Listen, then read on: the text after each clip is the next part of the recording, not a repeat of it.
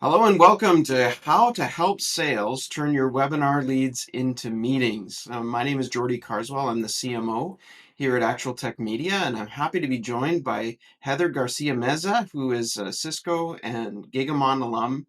We're going to have a wonderful day today showing you how we can help your leads that you're driving in marketing, especially from webinar programs, not die on the vine when it comes to getting sales to action them and turn them into opportunities and sales pipeline.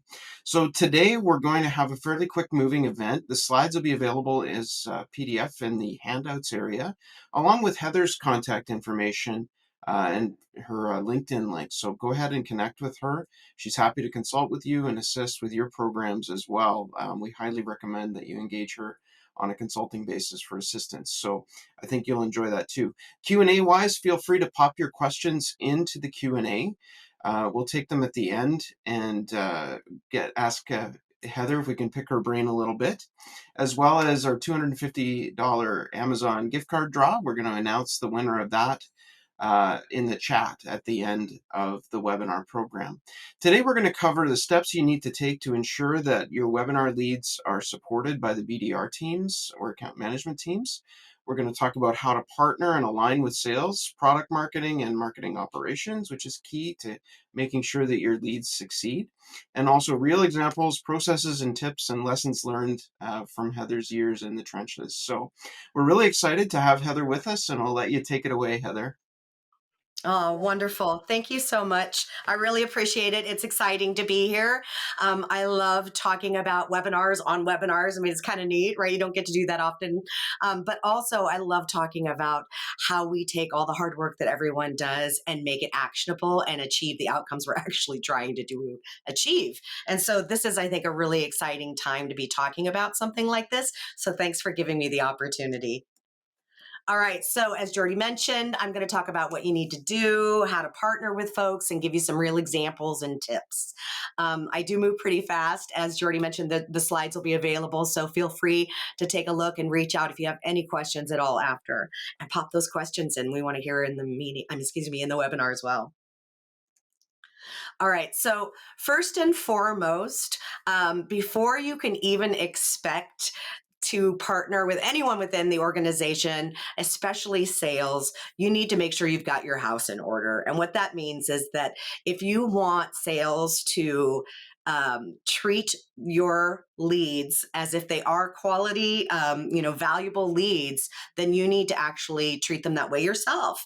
Meaning, you need to take advantage of webinars not just as a one-time event that gets hardly any attention, and instead turn it into a program and align all of your webinars so that you can get a really, really great, consistent process happening that the webinars will align to and that sales can depend on. They're really, believe it or not, it's a very, very process or, driven organization, sales, right? They have very, very clear steps of what they need to do and very clear things to focus on. So if you're trying to add something new all the time, you're going to constantly meet resistance. You need to make sure that what you create is something that's always on, that is very operationalized and integrated with what they're already doing or with what they're planning on doing. And so taking a programmatic approach is definitely the first step in terms of really making sure that you've got your house in order and that you can help them do their jobs well. So, assuming that you're taking yourself more seriously and really understand what you're doing and approaching webinars in that consistent programmatic way, the first thing you really need to do is understand why you have the challenges that you have, or maybe it's success. There should be a mix of both, frankly. But really, you need to make sure that you understand why people are not taking action on your leads. And oftentimes it's because of these reasons I have here, right? right? Frankly, believe it or not, they don't see them most of the time. If they're not looking, they don't know to look, and it's not something that they value. Number two, there, they're not necessarily going to even recognize that there's an opportunity there for them. They are very, very real time. It is a hot seat, that seat that they sit in. And so making sure that you understand why they're not actually doing anything with your leads is the first thing. They may actually see them but not know what to do with them. The things are moving so quickly, and unfortunately their turnover, especially with BDRs, can be really high. Sometimes it's for good reasons because they go on to advance into other roles within the company, but oftentimes it's because it's a really hard job and you need a very succinct skill set. And so you need to make sure that folks really know what to do with the leads once you've created them. And then, maybe it's something else. Maybe there's some other human factor that you're not aware of. So, keep asking, take that 5 whys approach. Why is this happening? Well, why is that happening? Well, what's causing that? And just keep going until you get to that root cause. Because if you don't understand what's going on, you're not going to be able to make anything actionable. You're just going to have a lot of information and no insights. So, take the time to meet one on one. I mean, literally reach out, first ask leadership, is it okay? Because you got to respect that time. Those folks have numbers they have to hit every day.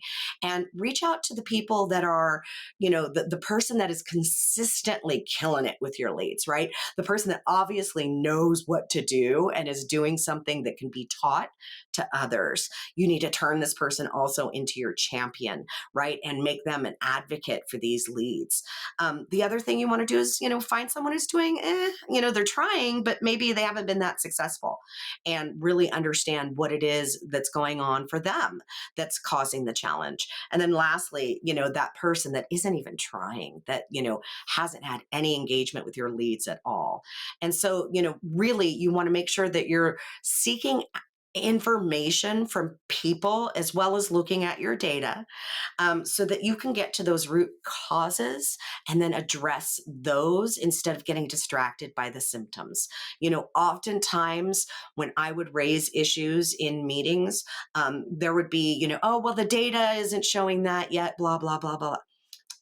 Don't get distracted by that. The reporting is not why your leads are not converting, right? So make sure that you take accountability for that and that you really treat this like a relay race, in the sense that you have the baton, and you're carrying that baton and making sure that it's handed to every single person.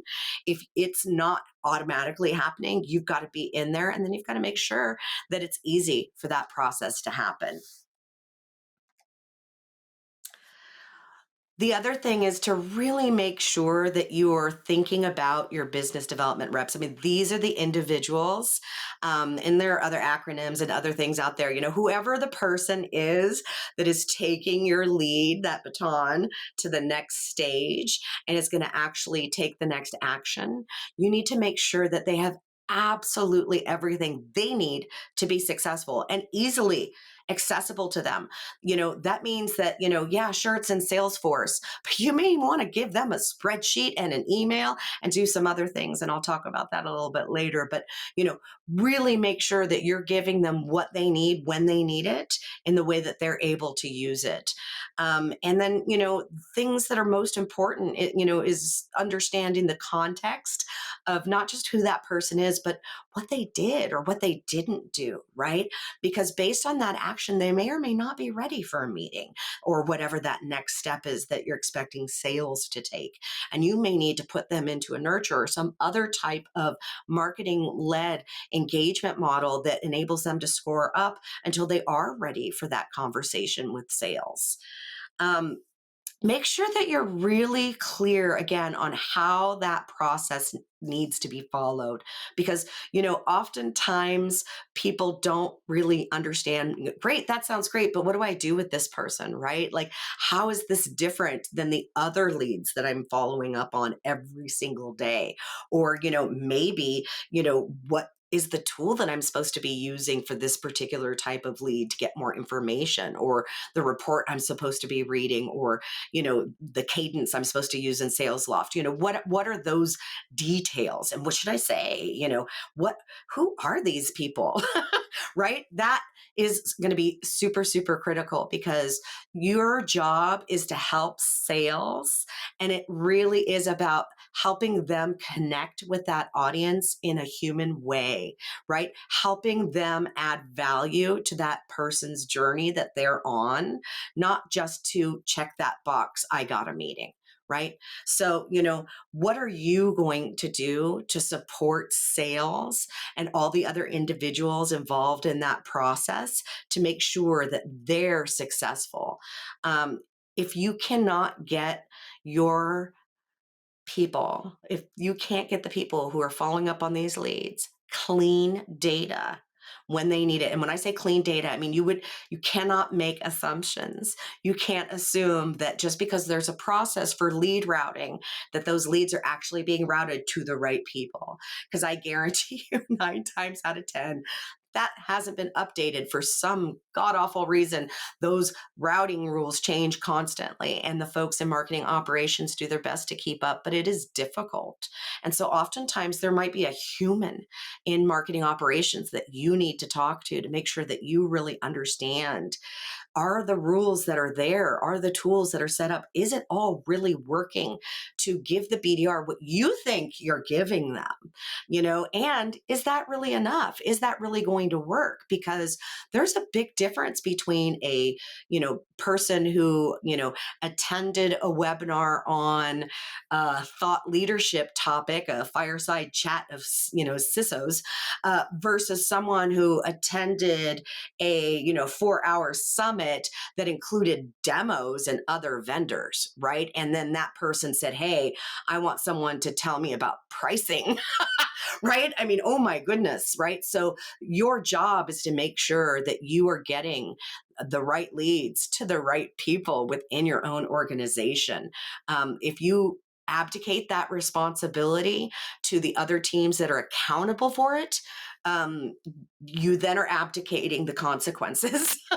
Right? You no longer have a role that you can play in optimizing that process. So you need to make sure that you are constantly, you know, being that valued colleague, mentor, and friend to every single person that you're working with. Not just because, frankly, you'll have a much better, personal work experience, as will they, but frankly, what you are able to do together will be so much more productive and successful in terms of the outcomes, right? Because if you make the BDRs, those people that are doing that hard job of following up on those calls, or those, trying to schedule meetings, part of your marketing team. I mean, literally, this was something Gigamon did that I thought was so awesome. We had, we included them in so much, everything they were invited to, the boring stuff and the fun stuff, right? It was super, super inclusive. And you got to know people in a different way. They got to hear in a different way. Now, just because you're inviting them, don't expect them to attend, right? That's not what it's about. The inclusivity is being invited, is a first step, but you've got to do a lot more than that. You've got to actually make it worth their time and valuable to them, and actually literally what you're doing includes them. I heard something once, it was like, inclusivity isn't just being, part of the team, it's being, actually in the game, right? Not just on the bench as part of the team. So there's an important part of this where, being genuine and really taking this approach of being, of value as a coworker and as a person and as a team is going to make such a huge difference, such a huge difference.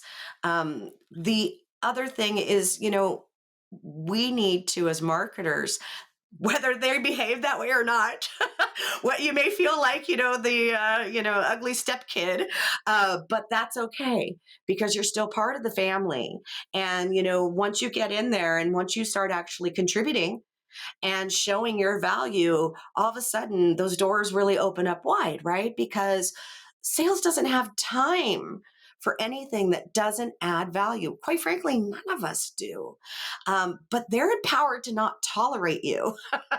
That's huge, right? They're empowered to say, yeah, I'm not going to that meeting, or I'm not going to read that email, or, join that Slack channel. You have to earn that. And the way you earn that is by being a valued colleague. And if you're lucky enough, a mentor and a friend. I was very lucky in the sense that I was able to be part of helping to mentor a new BDR manager as part of my last role, and literally became friends with her. I mean, she invited me to her daughter's quinceanera. I mean, it was unbelievable. I hadn't had a connection like that at work in a long time, and that was during the pandemic. We had never met in person, right? But that went so far in terms of our ability to work together because we were having valuable exchanges as people, in valuable exchanges as humans, as coworkers, and as BDR manager, and marketing manager, or whatever, right? So if you take that approach, you will be just sow those seeds and you will reap the rewards. This is also, I love this quote. I got it through via Dan Pink, who I love, amazing author. Read all his books. He actually has this little TikTok on LinkedIn recently that I think was really great. I put a link in here for y'all.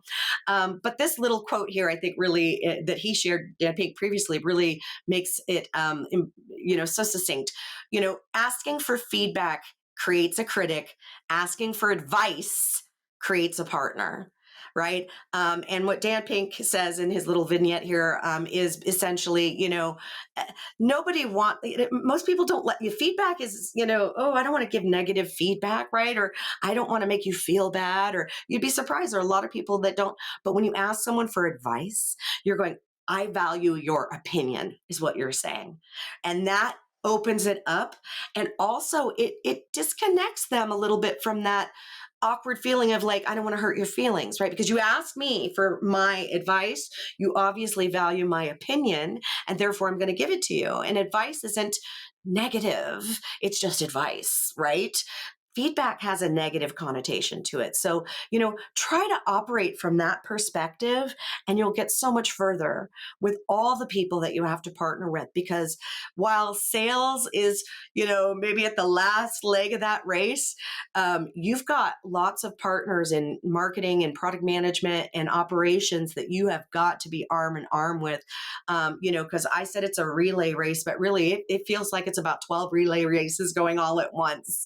And, your job is to make sure that everyone is focused on the win. And, really in the end, we're all focused on some very, very significant things, right? We want to make sure that we're all aligned around the things that we have most in common, which is revenue. Revenue is something we all care about, right? And everyone in the organization that you're trying to work with to make those leads convert, within the context of that, they are all very hyper focused on revenue, right? But they're also focused on their own individual areas. And I put a few just examples down here in the slides in terms of, sales is also thinking about other types of things, not just, did I get that meeting, right? And from a leadership perspective, they're always looking at these other things. Product management, same thing. They care not just about, did they get a meeting, but how did their content do, right? How did they personally do if they were speakers, which, by the way, if you're not using your product marketing or product management folks as speakers or even SEs, you are missing out, especially if you're trying to get people who are ready to talk to someone in sales. You want to leverage those folks. They really, really can add the most value in your webinars. Marketing operations, they're really, also hyper focused on revenue as everyone else, even though, they might seem like they're just, trying to make the processes and things work through the system. But ultimately, they're the ones that are having to make sure that we're all aligned and looking at the same information. And I think, that is the other critical part, right? If you have these shared values around what you're moving towards, how to work together, toward that goal. But most importantly, you're looking at one source of truth, right? That ideally marketing ops is owning, and that you're all aligned on those same metrics and that they're shared. And it's not about, who did what as much as how we all contributed to that opportunity. And when you start getting to more modern approaches and away from leads and start really looking at ABM and, intent and opportunities, I think there's going to be a lot more opportunity, pun intended, for us as marketers to partner with sales.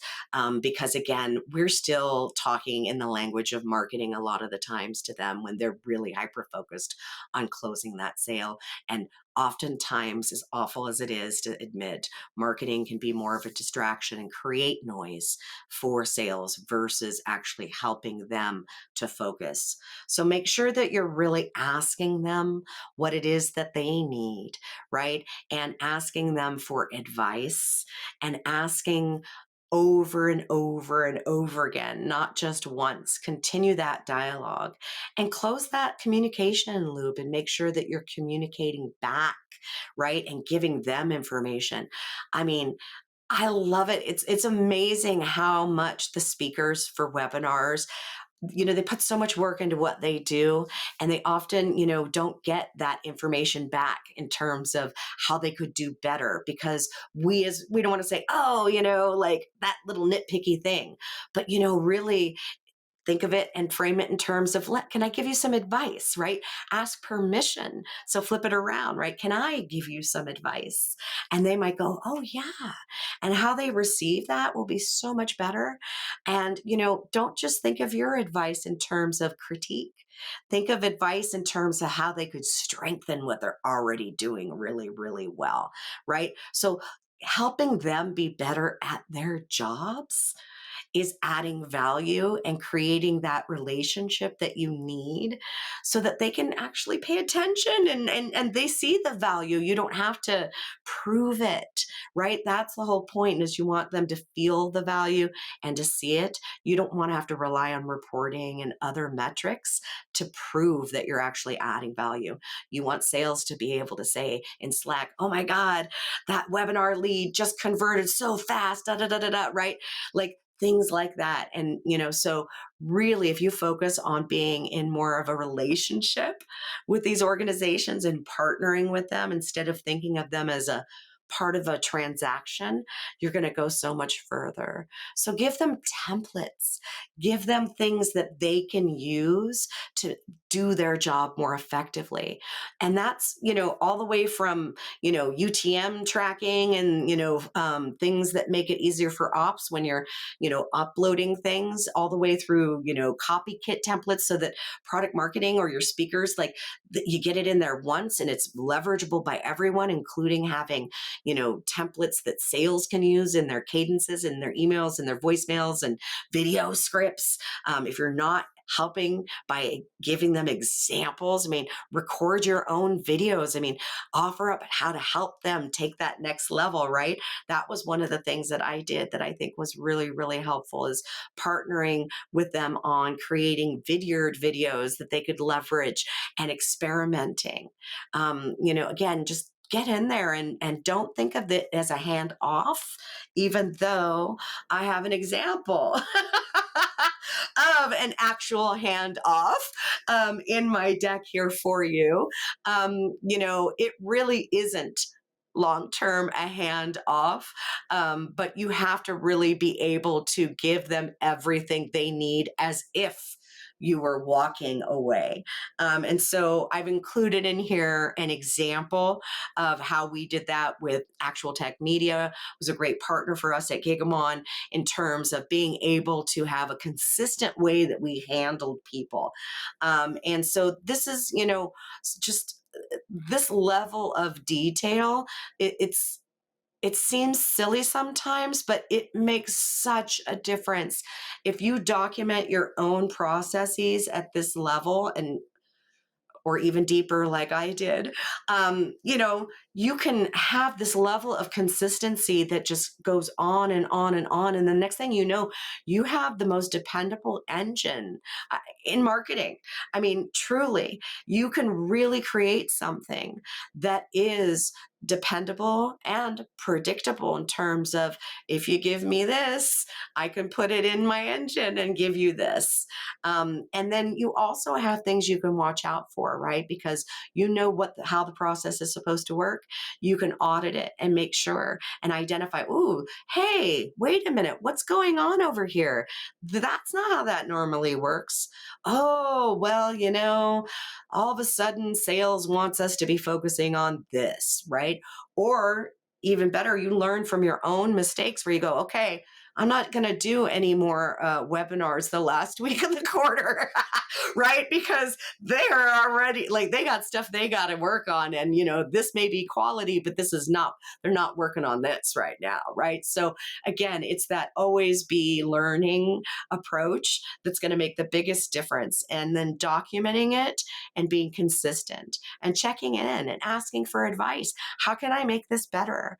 One of the things, it was iterative. One of the things that we added, I don't know if I put it in here or not, but even though it was kind of a pain in the ass, to be blunt, why am I having to edit this spreadsheet when we already had everything uploaded to Salesforce, right? And it was like, well, I'm creating this spreadsheet because I care about these hand raisers getting to those BDRs as fast as possible. And that means if I have to manually go in and edit everything and clean it up and tag it and put in columns for who's the BDR this week, I'm going to do it, right? So it's taking that. If these are really quality, then you should care that much. And if you care that much, they're going to care that much.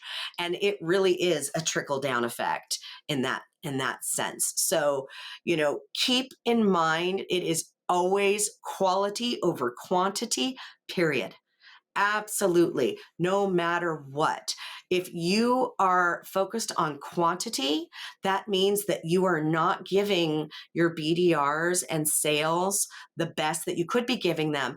And that one bad egg is going to be the one they judge everything by. And next thing you know, oh, webinars suck.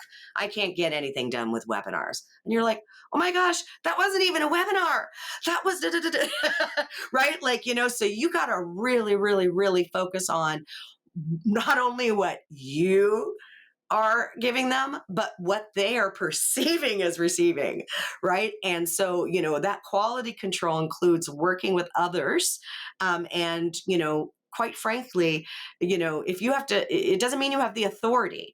I'm a big believer in that if you, need authority to get something done, there's something wrong. Because really it's about a common goal that we all share. And that's that ultimate outcome of closing that deal, right? And creating a happy or happier customer. So don't create noise for anybody. Don't even create noise for marketing ops. I had one of the scariest things I did was finishing a video and recognizing that nobody needed it right now, and then letting it just sit, and me not closing my little process loop of getting it posted on YouTube and promoted on here and promote, right? Because I needed to, that's my job, right? Finish that job. No, you know what? Our job is to generate a common outcome. And right now it's revenue is what I'm talking about.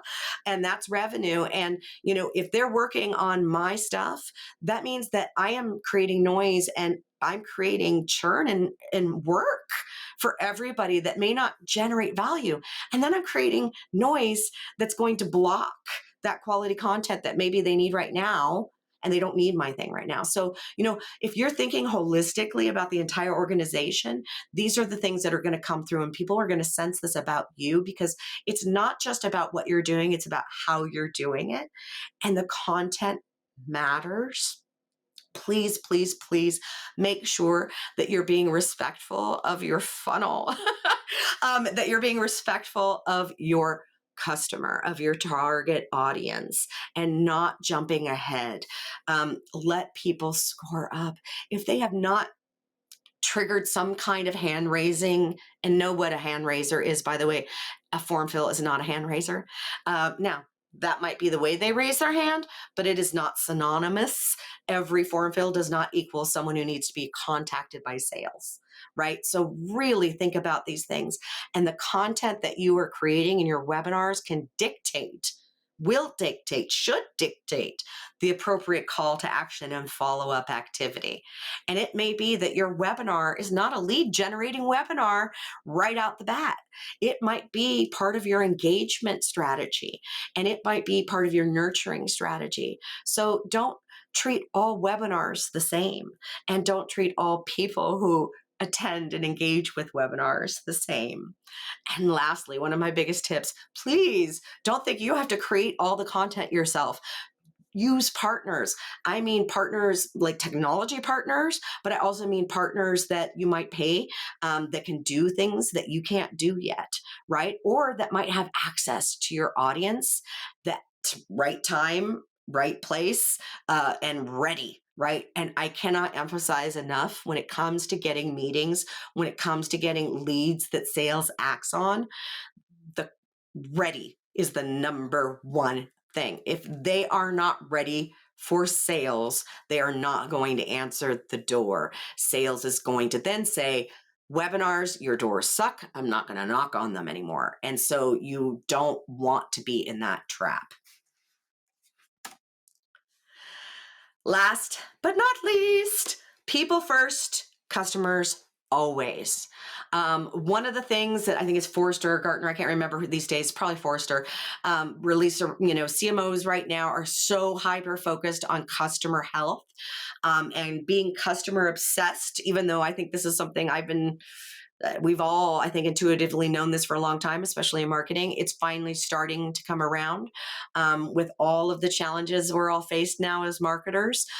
Customers is something we are all hyper focused on, but hyper focused does not mean customer obsessed. Customer obsessed means that you do not give that thought leadership webinar to sales to call. Right? It means you're obsessed with giving value to your customer, and getting a phone call from sales when you don't want one is not valuable.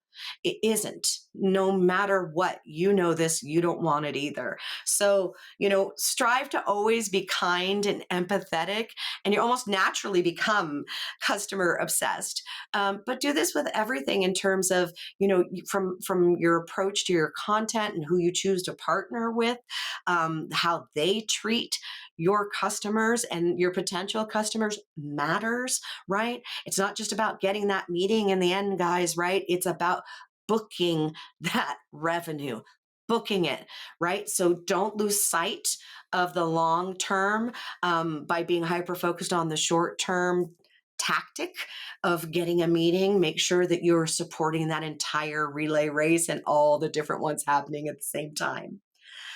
Take a generalized approach of being a person of trust and providing support to all of the people and the processes and the tools that are involved in supporting your webinars from inception all the way through. And again, this doesn't mean that you are, doing everything yourself, but what it means is that you're the steward, right? Become customer obsessed and think of these as customers that you are making sure go through this journey in the way that you have designed it, right? And making sure that everything along the way, that entire experience, that customer prospect experience is something that is genuinely valuable, and you are going to actually see these things come through. Think about that employee experience. Don't lose sight of how you get it done. Make time to get to know the people and enjoy what you're doing and who you're working with. It will show. The fact that people want to be working with you on these things makes a difference. There is so much work to be done. We all need to be doing the work that is going to be both outcome oriented and delivering the results we're driving towards, but also not burning us out and enjoyable and fun. And that's one of the things that I love best about webinars. They take all the great things that we have in our marketer's toolkit and they enable us to leverage them in these fun, creative ways and to do them in a very dynamic, real time way that a lot of other tactics can't in that toolkit. So if you need any help at all in terms of how to, get these kinds of things happening within your organization, you just need someone to listen to you, to help you understand maybe from that outside in, reach out. I'd love to talk to you. Marketers are my favorite people on the planet. And salespeople are my second favorite, and engineers, I love you too. Any of y'all on the phone, reach out too. I'd love to help anyone who's looking to help make these things happen because when we do, I should throw that darn quote in here. I think it's a JFK quote of, a high tide, all ships rises, all ships shit. I messed that up. Anyway, Let's all both. Jordy, I think that's the one. oh, there you go. Thank you. Help me. Hopefully, we've got a few questions and we can take those now. Awesome. Well, thank you so much, Heather. It blows me away how much of this is soft skills, eh? Like building friendships, building relationships to help people prioritize your needs and that align with their own, right? It's true. Yeah. And ChatGPT is not going to tell you that right now. And I don't know, it'll take a long time if it ever can, frankly. So, y'all out there are very, very important because, you hit it on the head, Geordie, the soft skills part and then the work behind it, obviously. Obviously, yeah. So we got some great questions that have come in. One of them is, what do I do if I get pushback from senior leadership? They're giving other priorities to the salespeople, and I just am not making any progress. How do I not give up? Oh, that is really, really tough. I would say, in terms of not giving up, I mean, first deep breaths and no, you are not alone. Unfortunately, it's a more common challenge than any of us want to admit. Um, One thing senior leadership hates doing is wasting money. And if you can't get your program to that next level, ultimately that's going to be a waste of money. So sometimes, believe it or not, you can ask for more money to show that the money you're already spending is actually worth it. And so, for example, some of the things I know we've done, companies I've worked at, is we don't have a strong BDR muscle yet. So we'll find a partner we can outsource Mhm. that component with, and we partner with them. They have their own tools oftentimes, and so we don't run into the issues around having to take prioritization away from anyone within the company. Mhm. um, but they've got that skill set that we don't have and the people, and so you kind of can use that as a way of proving out that, hey, if we do invest in this and prioritize it, we can see even more results from what we're already getting. No, that's a great idea. Actually, there's a ton of BDR consulting firms that you can sort of borrow for a proof of concept or whatever Yes. to get that going. Inviting people to webinars too, by the way, Yeah, FYI, that's something too. Sometimes, you might be the kind of organization that needs to do that. yeah, yeah. Lots of elbow grease to get things going. How do you deal with disgruntled BDRs or jaded BDRs who maybe aren't so easy to build a relationship with? Oh, that is a tough one. That is a tough one. And they're usually, pretty good. Oftentimes the tough ones are the ones that are really good. And they're tough because they've had bad experiences. And so you have to lead with that empathy, I think, and come to it at a place of, this person is making these judgments and approaching it in this way because they experienced something Mhm. or a lot of things that gave them a reason to expect that Yeah, bad behavior to continue. So, you first have to just, you have to accept that people genuinely, it is typically the garden, not the flower. And so if you take that approach first and assume positive intent, then you can go in with that. Give me some advice approach, right? And say, okay, I hear you, and I understand why you might think that. I think it might be because those were ISC squared webinars, and a lot of those are students or something, right? Like there might find that, like, I could see why you, like, I believe you, right? Not just I hear you, but I believe you. And then you can come at it from a place of, now let me tell you why it's different today, or how I can make it different, or give me some advice on, if you don't already have some, or both. Oh, that's excellent. Yeah, you basically acknowledging you've been hurt before, but we can work together. It'll get better. Yeah, Yes. for sure. Another good one came in. In your experience, how are webinar leads typically scored on a priority scale in most organizations from what Oh, you've seen? Are they high, that is a low? question.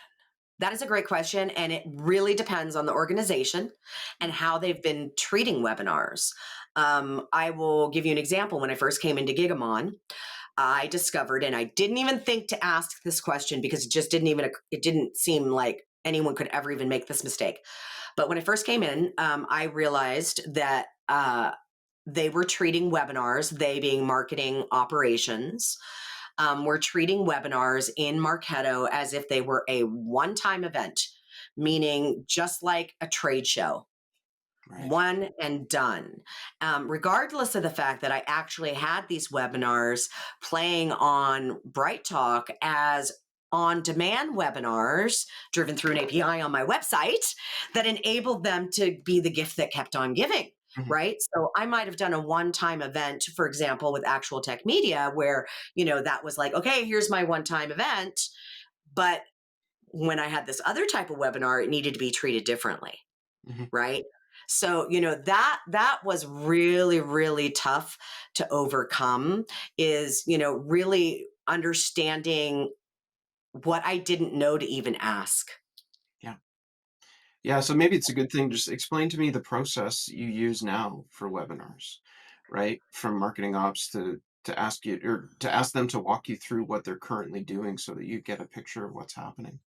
Exactly. Exactly. You need to first understand and then ask deeper questions. like Right. like literally, how does that get routed? Okay, well, how do you know who that is? Right? Like, you have to go down to that granular level and really understand it yourself, and then be willing to say, okay, we need to change this, and then educate and say, here's how, right? And so that webinar lead's got to come, if it's coming through from, you know, actual tech, again, I'll use actual tech media as an example. If it's coming through actual tech media, I have a completely unique process for that. It is all based on those webinars. And so with those webinars, what I would do is, anyone, because you guys give these great reports and you have these questions where you would have people who were essentially saying, I want more information. And some of them, it was, I want a data sheet. Some of them wanted pricing. Oh my God. Mhm. Right. Like, so, you don't want to treat someone who attended a webinar live and then said, I wanted pricing. You cannot treat them the same as someone who watched a year-old webinar on who clicked on a year-old webinar on Bright Talk Yeah. or on your website. Those are completely different, right? So you have to actually partner with marketing operations to score your webinars appropriately in terms of how, like those on demand ones, right? And the activities there. And then you have to actually look at, what did they do, right? It's not just, did they register? Did they attend? Did they watch on demand? Did they ask questions? Did they take a handout? Did they, right? Like, you've got to really understand that level and then design your process to support that. And so, for example, on those people, we called them hand raisers in Salesforce, right? And if someone requested contact, that's what they were in Salesforce. And we literally tagged them that way. And so we made sure that they were treated as if someone, literally the same way as if someone had made a phone call and said, hey, I want to talk to someone, Yeah. right? But then we had our own supportive process. We didn't just rely on the routing and let it roll into the same, thing, because quite bluntly, sometimes people would request so and not get it. Like those things, believe it or not, break too, right? Because nobody's calling anymore, right? So anyway, so separate process and making sure that that handoff, and that was the one I used, right? The handoff process that I had documented in the slides, so that we made sure that, okay, as soon as these are in there, not only are we telling you they're in Salesforce, but here's a spreadsheet you can go look right now, find your name, find the people, see exactly, because we use the data that we get from ActualTech Media. You can see what they did, which thing they wanted, and here's the cadence you use with the script, and it's, da da da da da. Be specific. Specificity matters, Yeah. right? Yeah. Beautiful. Yeah. Well, that's time. We're grateful, Heather, for everything and all sharing your experience. And by all means, folks, reach out to Heather if you need assistance with your webinar programs or any of your technology, marketing, demand Jenny things. She'll be happy to help you out. We're also going to put in the winner now of the $250 gift card. We appreciate all the good questions, so I'll just pop that into the chat right now. And there we go. And there we go. So congratulations. And also, thanks for being with us. We'll hope to see you next time on an Actual Tech Media Marketing webinar. Take care, everybody. Thank you.